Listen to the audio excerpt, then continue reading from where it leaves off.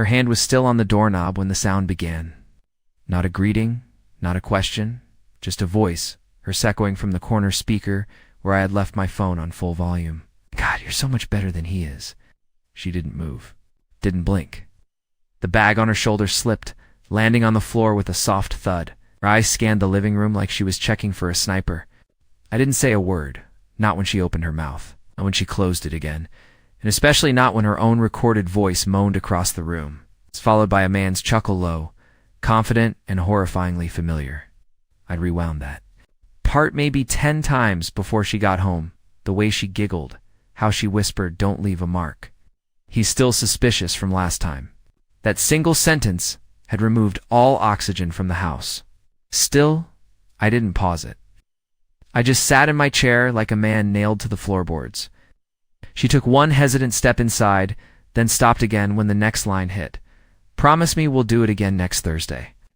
He always believes the work dinner excuse. That's when she dropped. Not gracefully, not like in the movies. She didn't cover her face or cry into her hands. Her knees gave out like someone cut the strings holding her up. Still, I didn't look. At her, the audio kept playing, but I'd long memorized the rest. What I hadn't anticipated was the silence that followed her silence. It wasn't begging, wasn't crying. It was waiting, like she didn't know if I'd throw her out or walk out myself, like even she wasn't sure what she deserved. But I knew exactly what I deserved. I deserved this silence because deep down, I had known. I had known from the moment. She smiled a little too wide last month when I asked if she was seeing someone.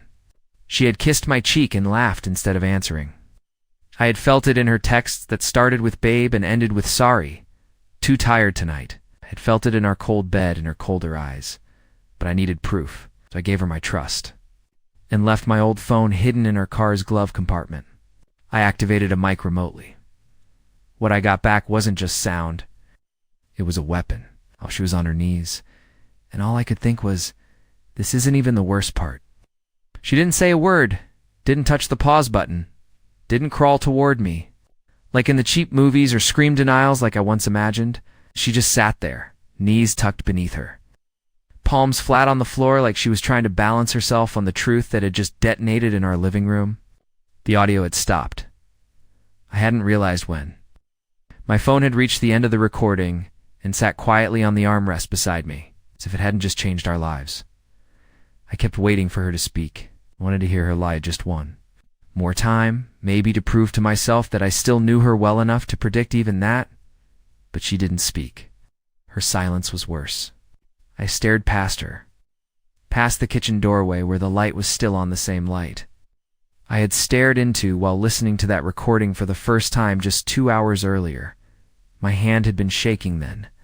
I had dropped the phone halfway, threw the clip, then grabbed it again like I needed to finish it to feel the full weight. Like a punishment, like an exorcism. She finally shifted. One hand reached up and gripped the strap of her purse like it was an anchor. Her voice, when it came, was hoarse, raw, and unfamiliar. "Where did you get that?" I laughed out loud and not. "Cruel, just broken." Her shoulders twitched. "That's what you want to ask me?" I said, still staring at nothing. "Not if I'm okay? Not why I did it? Not whether I'm leaving? You want to know how?" She stood up too fast and nearly lost her balance. Her legs unsteady, like someone learning how to walk again after years of pretending to run. "Art," she started, but I cut her off. "I placed the phone in your glove compartment 2 weeks ago. I set it to record any time the engine turned on. I only started checking it this morning. I didn't think I'd find anything, just a gut feeling." "Bugged my car?" she asked, her voice rising now, reaching for outrage like it could cover her. But I didn't bite. "Do you know how insane I felt doing that?" I muttered, like some jealous, paranoid freak. "I spent hours convincing myself I was wrong, that you were just tired, that work dinners were just dinners." She opened her mouth again, then closed it. I finally turned my eyes toward her, and I saw it, something I hadn't seen in years. Not fear, not sadness, guilt, that strange, raw flicker of guilt. Not the kind you rehearse, the kind that comes uninvited. "What was his name?" I asked, my voice barely audible. She hesitated just long enough for me to know that the name was familiar. Maybe someone from work, maybe someone I'd shaken hands with. Does it matter? She whispered. That was it. That was the line that cracked me. I stood slowly, my knees felt like they were made of cement. I walked past her like she was furniture, like the couch and the rug and the framed photo of us in Maine. I walked straight to the drawer by the fridge, pulled out the envelope I had tucked there last month, and dropped it on the table. She stared at it. What is that? She asked. Thursday, I said. What? That's what matters. Not the name, not the excuses, just that you promised him next Thursday. You plan to lie again. She took a step forward, but I raised a hand. I said. Her fingers trembled as she reached for the envelope. I didn't stop her. She pulled out the contents. Several printouts, receipts, a short hotel booking confirmation, the audio transcription. I had been preparing for this moment without, knowing I was like my subconscious had already started building the exit ramp. She looked up at me, eyes glassy. Please, she said, but her voice was cracking. Please. What? I asked, cold now. Please pretend I didn't hear it. Please erase it. Please believe the version where it didn't happen. Her lips parted. She had no script, no defense. And in that terrifying stillness between us, I realized something else. This wasn't her first time doing this. This was just the first time she got caught. She didn't deny it. That's what burned the worst. No quick backpedal, no angry accusation thrown back at me, just her standing there with a fist full of evidence. Blinking like the air in the room had suddenly turned poisonous. Maybe it had because I could barely breathe either. She sat down. At the edge of the couch, paper still clutched in her hand like it could somehow rewrite itself if she held on tight enough. She looked so small in that moment. For a brief second, my instinct was to reach out and ask if she was okay, but I didn't. I let the silence do what it does best, expose everything we'd both been hiding. You've done this before, I said flatly. Her, head lowered, eyes fixed on the printouts in her lap. It wasn't serious, she said quietly, like she was giving herself permission to reduce it to something manageable. A bad decision, a mistake, like forgetting to water the plants or missing. A dentist appointment. How long? I asked. She swallowed. The second of hesitation told me more than her answer ever could. A few months, she said. Wrong answer. Not because it was too long, but because it was too clean, too curated, like she'd rehearsed it on the drive home in case something ever happened. That's not the truth, I muttered. My voice was shaking now, but I couldn't stop.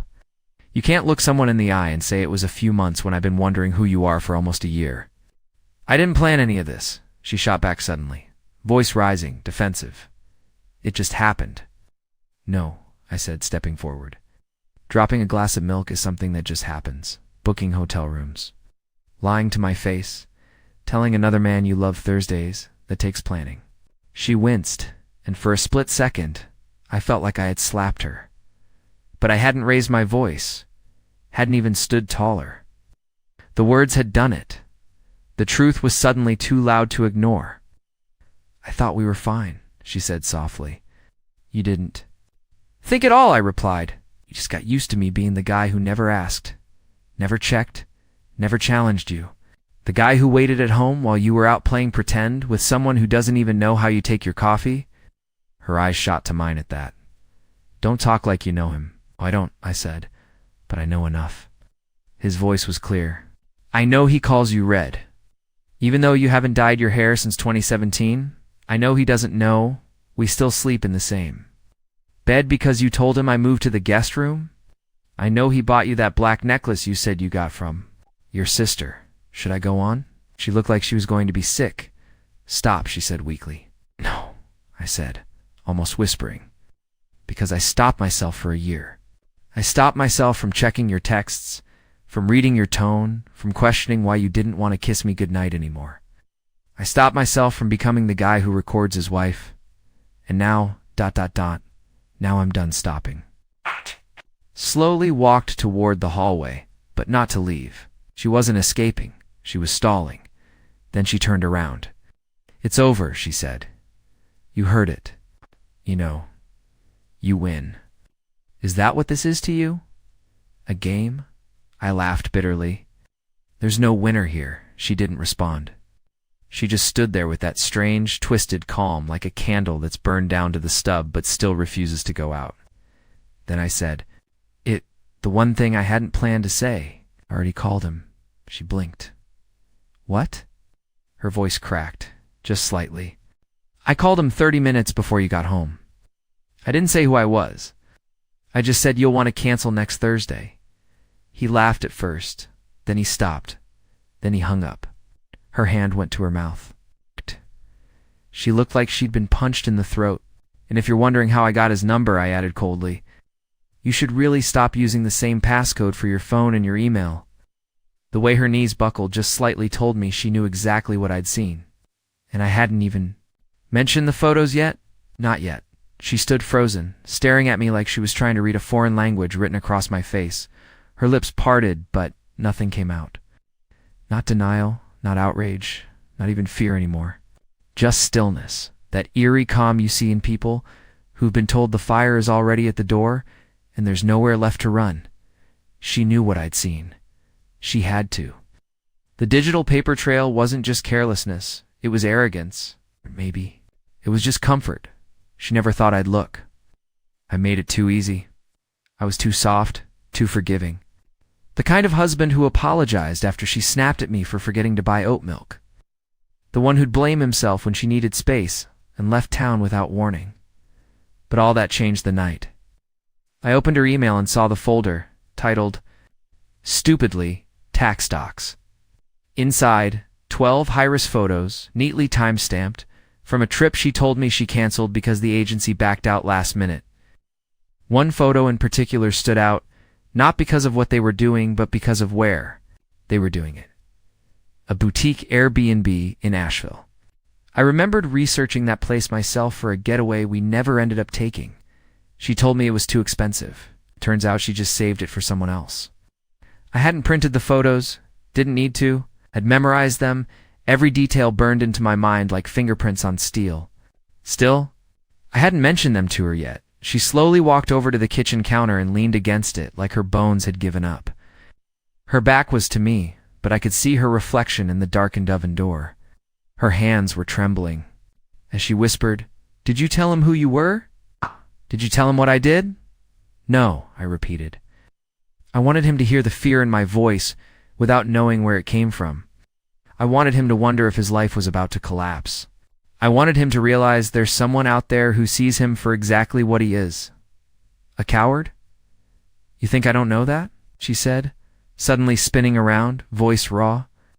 "You think I haven't been sick over this?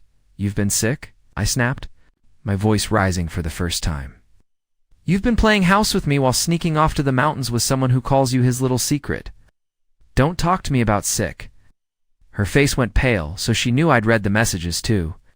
I walked to the window and stared out into the yard. It was dark, quiet, that suburban stillness we always said we loved. Now it felt like a lie painted on the glass.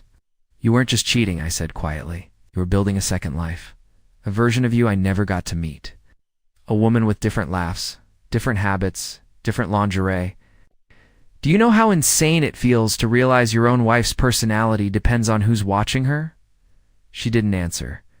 She didn't move. The silence stretched, long and thick. Then I did something I hadn't planned. I reached down, unlocked. My phone pulled up a single photo, not the worst one, not even the most explicit, just one that felt like a bullet hand, turned the screen to her without saying a word. Her expression collapsed. It was a selfie, not hers, taken while she slept beside him, her hair a mess, his arm wrapped around her like a prize. The caption was just one word: mine. She stumbled backward, almost dropped the wine glass she had, picked up from the counter, and then came something I hadn't expected. She laughed, a broken, bitter, stunned laugh, a sound that didn't belong in this house. It echoed off the walls and died somewhere near the ceiling fan. "I didn't know he took that," she said, and for once I believed her. Said coldly, "He took something either way." Then I walked over to her bag, pulled out her keys, and set them gently on the table. "Where are you going?" she asked, her voice soft now, almost childlike. I'm not going anywhere, I said, eyes fixed on hers. You are? She didn't argue. She didn't cry. She just looked at me like she was trying to figure out how this version of me, this man she thought would crumble, suddenly stood so still. And then she took the keys. She knew it was only the beginning. So did I. The door closed behind her, but the echo didn't follow. It was as if the house itself refused to acknowledge her exit. I stood in the center of the room, surrounded by every object we'd bought together, furniture chosen on lazy Sundays, framed photos from places that now felt fictional. All of it silent, heavy, watching me. I thought I'd feel relief. Instead, I felt cold. I didn't move for a long time, just stood there in the quiet, staring at the space where her keys had rested a moment earlier. I'd always imagined this moment would be loud, tears, yelling, door slams, but there was no chaos, just detachment. A surgical removal of her from my home, as if excising a tumor. Eventually, I sat. The couch still held the shape of her weight from only minutes ago. I should have been packing her things, calling a lawyer, pouring a drink, anything. But my hands just rested on my knees while my phone screen lit up again and again with names. I didn't want to see 2 texts from her mother, a missed call from her sister, then a name I didn't recognize, Tobias. No last name, just that. I stared at it, unsure. I opened the message. I don't know what she told you, but please stop harassing me. This is going too far. I'll block you if you message me again. I hadn't sent him anything? Not yet. He was scared, which meant she had reached him already. The air in my lungs turned sour. It was happening in real time, the rearranging of the narrative. She was building a new version of this story before I'd even finished digesting the truth. And that meant she wasn't just sorry. She was calculating. I got up suddenly, restless. My chest felt like it was being compressed from the inside out. I needed air. I opened the back door and stepped out onto the patio. It was quiet outside, too. No wind, no night birds, just the brittle rustle of leaves that hadn't moved in hours. That's when I noticed the car lights down the street. Not moving. Just sitting. Familiar shape, low to the ground, headlights off, but engine barely audible. I didn't recognize it right away, but something felt wrong. I moved to the edge of the lawn, squinting. The door opened, and there she was. She hadn't even left the neighborhood. She had driven 3 houses down, parked, and now she was walking. Back. I should have gone inside, closed the door, locked it, but I didn't. I stood there, watching as she walked slowly toward the house with that same exhausted expression. Like someone returning from a war they started themselves. She stopped a few feet from me. I didn't know where to go, she said quietly. I stared. At her, you had a destination every Thursday. Why is tonight so different? Her face contorted slightly, but she didn't respond. She looked like she'd been crying in the car, but there were no tears now, only dried shame clinging to her features. I'm not here to beg, she said. I just ... there's more. I didn't want more. I didn't want any second layer, any twisted justification or bombshell she'd been saving in her back pocket. But my legs didn't move. My mouth didn't speak. I just stood there, stunned by how fast broken people crawl back to the fire they set. What more could you possibly say that hasn't already been said with a camera, a microphone, and a man who called you his property? She winced at that word, property, but didn't look away. I think I'm pregnant, she whispered. That moment did something to me, something irreversible.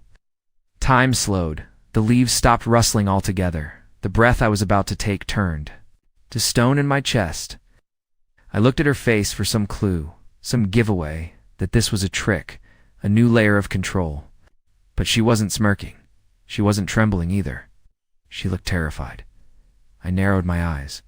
His, I asked, though I already knew the answer. She hesitated just enough, then nodded. And for the first time since this started, I felt nothing. Not rage, not pain, just pure, absolute vacancy. A void so deep that even her truth couldn't reach it. I don't remember walking back inside. All I recall is the weight of the door clicking shut behind me and the hollow echo it left in the hallway. She followed silently, as if afraid sound itself might shatter what was left between us. I sat down at the kitchen table and she didn't take a seat. She stood with her back to the counter, arms folded across her chest like she was bracing for an earthquake that hadn't yet hit. That earthquake was me, but I wasn't ready to erupt. Not yet. I wasn't even angry anymore. I was past the burn, past the betrayal, past even the humiliation. I was something colder, more dangerous. I was a man without a center, watching the woman he once trusted with his soul whisper a sentence that rearranged the entire architecture of his life. I think I'm pregnant. Those words weren't a confession. They were a demolition charge. You think? I repeated quietly. Not, you know. Haven't taken a test, she said. But I'm late. I've been late before, but this feels different. I nodded slowly, more to myself than to her. The thought swelled in my head like poison. She had been lying to me while carrying the possibility of someone else's child. A stranger's. A man who thought of me as a punchline, who laughed into her neck while she lied about business dinners. What do you want from me? I asked finally. Why are you here? Her face twisted in a way I'd never seen, like she didn't recognize herself either. I don't know, she said. I didn't plan any of this. I thought I could handle it. I didn't expect. That's the thing, I interrupted. You never expected to get caught. You never expected the mask to slip. You thought you were smarter than everyone else, and that includes me, especially me. Didn't mean for it to go this far. You don't accidentally build a second life, Emery. She flinched at the sound of her name, like I had weaponized it. Maybe I had. I came back because I didn't know who else to go to, she said. You came back because the fantasy broke down, I replied. Because the guy who called you Red didn't pick up. Because you realized you don't actually know what the hell you're doing, and I was your safest landing pad. Always have been. Shoulders sagged. She looked old, older than I'd ever seen her, as if the truth had aged her in real time. Wanted to say something, she whispered. Say it. I think I wanted you to save me. I stared at her. For a brief moment, I saw the version of her I had fallen in love with. A younger version, wide-eyed and untested, sitting on the floor of our first apartment surrounded by empty boxes and possibilities. That version was gone now. She had been replaced by someone who wore guilt like makeup and lies like perfume. From what I asked, yourself? She nodded. But it didn't mean anything. The room filled with silence again, but this time it wasn't passive. It was charged, like the house. Itself was holding its breath, waiting to see what I would do. I'm going to tell you something now, I said slowly, and you're going to listen. You're not going to speak until I'm done. She nodded, eyes wide. If you're pregnant, and that's a big if, you will not tell him. Not yet. You will take a test.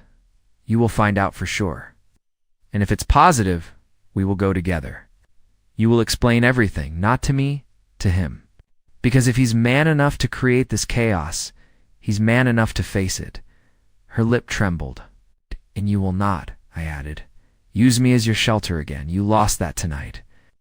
The version of me that protected you from yourself is gone. I buried him with every Thursday night you sold to someone else. She sat down, finally, and for the first time since she walked back into the house, she started crying. Not quietly, not with restraint. She broke open, and yet I still didn't feel sorry for her. I had no more space for that, because part of me was starting to realize something else. I wasn't just angry that she cheated. I was angry that I let her. I didn't sleep that night, not even a little. She stayed on the couch, curled up under the throw blanket we bought last Christmas, the one she said reminded her of something her grandma used to have. I sat in the bedroom, the door slightly cracked, watching the red light of my phone blink every few seconds like a metronome counting down to something I couldn't see yet. Every time I closed my eyes, I saw that damn photo again, his arm around her, sleeping like nothing was wrong. It was burned into the back of my mind like a scar that hadn't yet blistered. I kept thinking about what I'd said, that I wasn't her shelter anymore. I know, and I meant it. But something else had crept into me during the hours between midnight and dawn, something I didn't want to admit. I still didn't know who I was without her. Or rather, who I was when I wasn't protecting her from the consequences she manufactured. At 6:12 a.m., I got the call. I wasn't expecting it. The number was unknown, just a string of 10 digits, unrecognizable. I let it ring once, twice. On the third, I picked up and held the phone to my ear without a word. There was silence, then breathing, then a voice. "I know who you are," it said. I froze. The voice wasn't hers, and it wasn't Hiss, the man I'd heard. In the recording, this was someone else, deeper, older.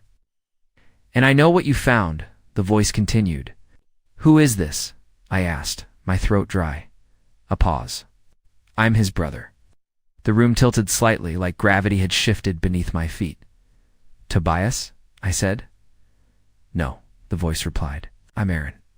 Tobias is unavailable right now, or maybe just hiding." Sat on the edge of the bed, heart pounding. "I don't want to get involved," the man said, "but you need to know something. You're not the only one." I didn't understand. "What are you talking about?" I asked. Another pause. "He's been doing this for years. Women, married women. Keeps notes, trophies, sometimes names, sometimes recordings. He brags when he's drunk, says it's easier when they're already unhappy. Said your wife was one of his cleanest wins. Whatever. That means..." I gripped the phone tighter. "You're lying," I whispered. "No, I'm not, and I didn't call to defend you. I don't care what you do next. I just didn't want another man walking into a disaster without knowing what he was walking into. You're not the first. You're just the first to fight back." Then the line went dead. I sat there in stunned silence for a full minute before realizing I had stopped breathing. I walked back out into the living room and stared at her sleeping form on the couch. My traitorous, sobbing wife, the woman who had told me she didn't know how it got this far, but now I knew something she didn't. She wasn't special to him. Was a target. One of many. A game. An entry in a notebook. And suddenly, a new kind of rage surged in me, not just against her, but against him. Against the predator who made his hobby the dismantling of other people's lives. A man who recorded, collected, and discarded, who laughed while husbands like me questioned our worth. But there was something else too, a terrifying idea forming at the back of my skull. If she was pregnant, then maybe it wasn't just betrayal I was holding. Maybe it was evidence, and maybe someone out there didn't want that evidence to exist. She was still asleep on the couch when I slipped my shoes on. The morning sun bled through the blinds in pale strips, illuminating her tear-streaked cheeks and the crumpled tissues still clutched in one hand. She looked like a child who had cried herself to sleep, but there was no part of me left that could feel pity for her. Not anymore. I didn't wake her. I didn't leave a note. Instead, I placed one final envelope on the kitchen table, simple, unsealed, deliberate. Inside was a printout of a local counselor's contact information. Single sentence was written in blue pen. "You will never be the same. That's the point." I stepped outside into the cool morning air, a bag over my shoulder, and the weight of silence lifting slowly from my chest. For the first time in months, maybe years, I wasn't moving with dread. I was moving with clarity. I didn't go far. I checked into a small lakeside rental on the outskirts of town. Nothing fancy, just peace and water and sky. It was quiet, so quiet I could hear my own thoughts again. I sat by the window for hours that first day, not thinking about her or him, or the recording or the baby, just sitting, breathing, existing on my own terms. And that night, for the first time in longer than I could remember, I slept. No dreams, no static, no weight. Just sleep. Over the next week, things started shifting. She didn't contact me right away, not for 2 days. Then a message came through. I took the test. Negative. I thought you should know. No apology, no begging, just a quiet, clean admission. Strangely, that was enough. Not enough to fix anything, but enough to signal that she was finally waking up inside her own nightmare. I didn't respond. I didn't need to. Some things don't require closure. Some things are closure. What came next surprised even me. It wasn't anger or revenge. It wasn't some righteous crusade to expose her or destroy him or hunt down every name in his ledger. I thought about posting his messages, sharing the recordings, dragging his lies into the light. But then I realized I wasn't part of his story anymore, and I wasn't hers either. I had stepped out of the burning room and I had survived it. Weeks passed, I found a lawyer. The divorce moved forward quietly, without a courtroom battle or media show. I didn't ask for the house. I didn't fight for the furniture. I asked for one thing, my time back, and I gave it to myself. I reconnected with my brother, started running again, started reading again. I opened an old draft of a novel I'd started 5 years ago and began to write again. First it was slow, 1 page a night, then 2, then 5. It became the story of a man who loses everything and still finds himself. The ending? Hope. Real. Hope. Not the kind you fake for Facebook or drag out at family gatherings. The kind you build yourself after the world you knew falls apart. A year later, I walked past her in a bookstore downtown. She was alone, holding a cup of coffee and flipping through a magazine. Our eyes met. She didn't look away. She gave a small nod. I gave one back. There was no pain left between us, just distance and peace. I walked out the door, down the street, into a life I had rebuilt brick by brick. With no more secrets, no more